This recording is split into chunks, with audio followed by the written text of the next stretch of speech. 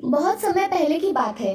वाडनगर नाम के गांव में दामोदर दास नाम के एक व्यक्ति रहा करते थे।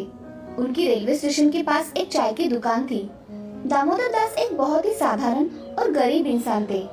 चाय के छोटे से बिजनेस से उनका गुजारा हुआ करता था। दामोदर दास जी को 6 बच्चे थे। सभी बच्चे कभी कभी अपने पिताजी की मदद करने चाय की दुकान पर जाते थे, लेकिन उनमें नरेंद्र हमेशा अपने पिताजी की मदद करने स्टेशन पर जाता था। नरेंद्र चाय की केतली उठाता और प्लेटफॉर्म पर लोगों को चाय बेचता था। नरेंद्र को किताबों से बहुत लगाव था। वो जो भी किताब मिले उसे पढ़ लिया करता था। धीरे धीरे नरेंद्र बड़ा होने लगा। कुछ दिनों बाद दामोदर ने नरेंद्र को आगे की पढ़ाई के लिए उसके भाई के यहाँ अहमदाबाद भेज दिया। दामोदर के भाई की भी अहमदाबाद में चाय की दुकान थी। अब नरेंद्र अपनी आगे की पढ़ाई करने के लिए अपने चाचा के यहाँ अहमदाबाद आ गए थे। नरेंद्र का स्कूल उनके चाचा की दुकान के सामने ही था, इसीलिए वो सुबह दुकान पर जाकर चाय बेचते थे और दोपहर को स्कूल में जाते थे। नरेंद्र स्कूल की पढ़ाई में एक एवरेज स्टूडेंट थे, लेकिन वो एक अच्छा वक्ता थे और नरेंद्र को हमेशा से ही सामाजिक कार्यों में ज्यादा रुचि थी। एक दिन नरेंद्र दुकान पर चाय बेच रहे थे, तभी उनकी मुलाकात एक व्यक्ति से हुई जिन्होंने उसे आरएसएस ज्वाइन करने की सलाह दी। नरेंद्र ने भी आरएसएस ज्वाइन कर लिया। उस वक्त नरेंद्र सिर्फ 8 साल के थे। 17 साल की उम्र में घर वालों ने नरेंद्र की शादी तय कर दी, लेकिन उस वक्त नरेंद्र का रुख अध्यात्म और देश सेवा की ओर हो चुका था। उनका मानना था कि एक शादीशुदा के मुकाबले एक अविवाहित व्यक्ति भ्रष्टाचार के खिलाफ ज्यादा जोरदार तरीके से लड़ सकता है, क्योंकि उसे पत्नी, परिवार और अपने बाल बच्चों की कोई चिंता नहीं रहती। और इधर उनकी माँ को हमेशा लगता था कि कहीं मेरा बेटा सन्यासी न बन जाए, और हुआ भी वही। एक दिन उन्होंने किसी को बिना बताए अपना घर छोड़ दिया और हिमालय चले गए। मोदी ने उत्तरी और उत्तर पूर्वी भारत में यात्रा के दौरान लगभग 2 साल बिताए। 1962 में जब भारत चीन युद्ध हुआ था, उस समय मोदी रेलवे स्टेशन पर जवानों से भरी ट्रेनों में उनके लिए खाना और चाय लेकर जाते थे। 1965 में भारत पाकिस्तान के युद्ध के समय भी मोदी ने जवानों की खूब सेवा की थी।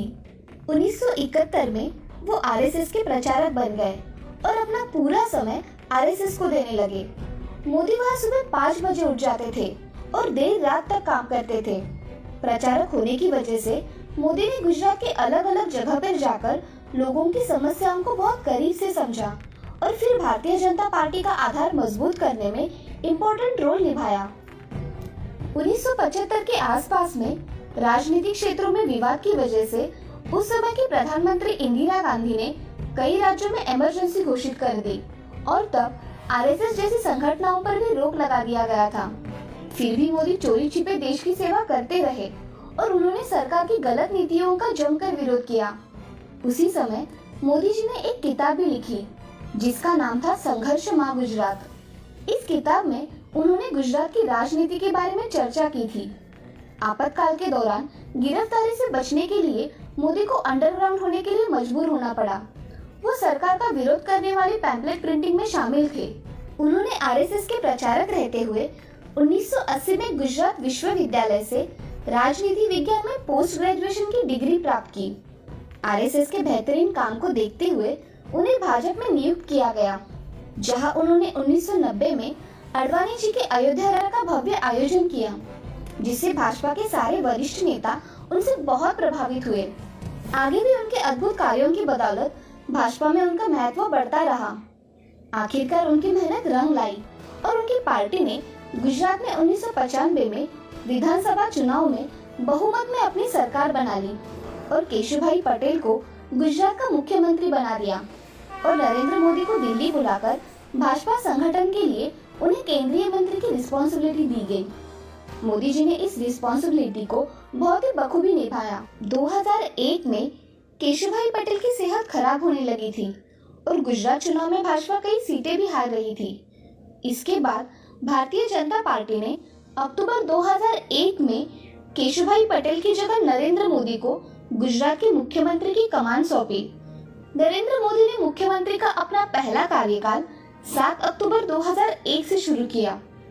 इसके बाद मोदी ने राजकोट विधानसभा चुनाव लड़ा, जिसमें उन्होंने कांग्रेस पार्टी के अश्विन मेहता को बहुत बड़े अंतर से मात दे दी। मुख्यमंत्री पद पर रहते हुए नरेंद्र मोदी ने बहुत अच्छी तरीके से अपने सारे कार्यों को संभाला और गुजरात को फिर से मजबूत कर दिया। उन्होंने गांव-गांव तक बिजली पहुंचाई, टूरिज्म को बढ़ाया। देश में पहली बार किसी राज्य की नदियों को एक साथ जोड़ा गया, जिससे पूरे राज्य की पानी की प्रॉब्लम सॉल्व हो गई। उन्होंने एशिया का सबसे बड़ा सोलर पार्क निर्माण भी गुजरात में किया। इन सब के अलावा उन्होंने बहुत अद्भुत कार्य किए।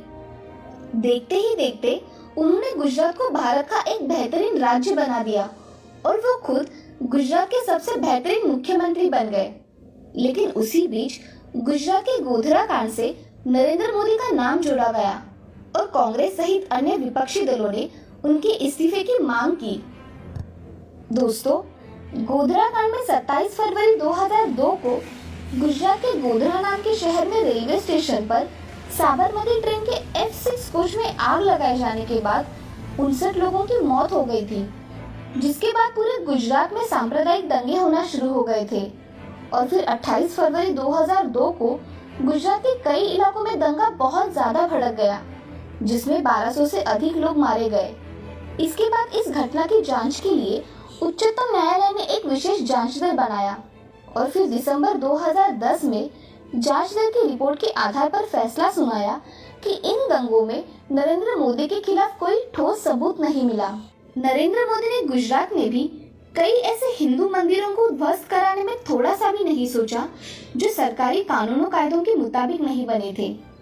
हालांकि इसके लिए उन्हें विश्व हिंदू परिषद जैसे संगठनों का भी विरोध झेलना पड़ा, लेकिन उन्होंने उसकी थोड़ी सी भी परवाह नहीं की और देश के लिए जो सही था उसी काम को करते रहे।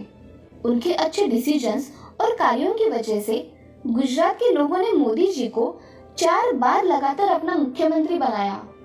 गुजरात में मोदी की सफलता देखकर बीजेपी के सीनियर नेताओं ने मोदी को 2014 के लोकसभा चुनाव का प्रधानमंत्री उम्मीदवार घोषित किया, जिसके बाद मोदी ने पूरे भारत में जाकर बहुत सारी रैलियां की और लाखों लोगों तक अपनी बात रखी। मोदी जी के अद्भुत विकासशील कार्य, उनके प्रेरणादायक भाषण, देश के लिए उनका प्यार और उनकी सकारात्मक सोच की वजह से उनकी पार्टी को देश की जनता ने भारी मात्रा में वोट किया और भारतीय लोकतंत्र के इतिहास में एक बहुत बड़ा बदलाव आया। भाजपा अकेले संपूर्ण बहुमत से जीत कर आई। इस जीत की कामयाबी का सेहरा नरेंद्र मोदी के सर पर बांधा जा रहा था। इस यादगार शाम का लोग गवाह बन रहे थे। भारतीय लोकतंत्र के इतिहास में ये दिन एक अहम घटनाओं में शामिल हो गया और 26 मई 2014 में नरेंद्र मोदी ने प्रधानमंत्री पद की शपथ ली। मैं नरेंद्र दामोदर दास मोदी ईश्वर की शपथ लेता हूँ कि मैं विधि द्वारा स्थापित भारत के संविधान के प्रति सच्ची श्रद्धा और निष्ठा रखूंगा। मैं भारत की प्रभुता और अखंडता अक्षुण्ण रखूंगा।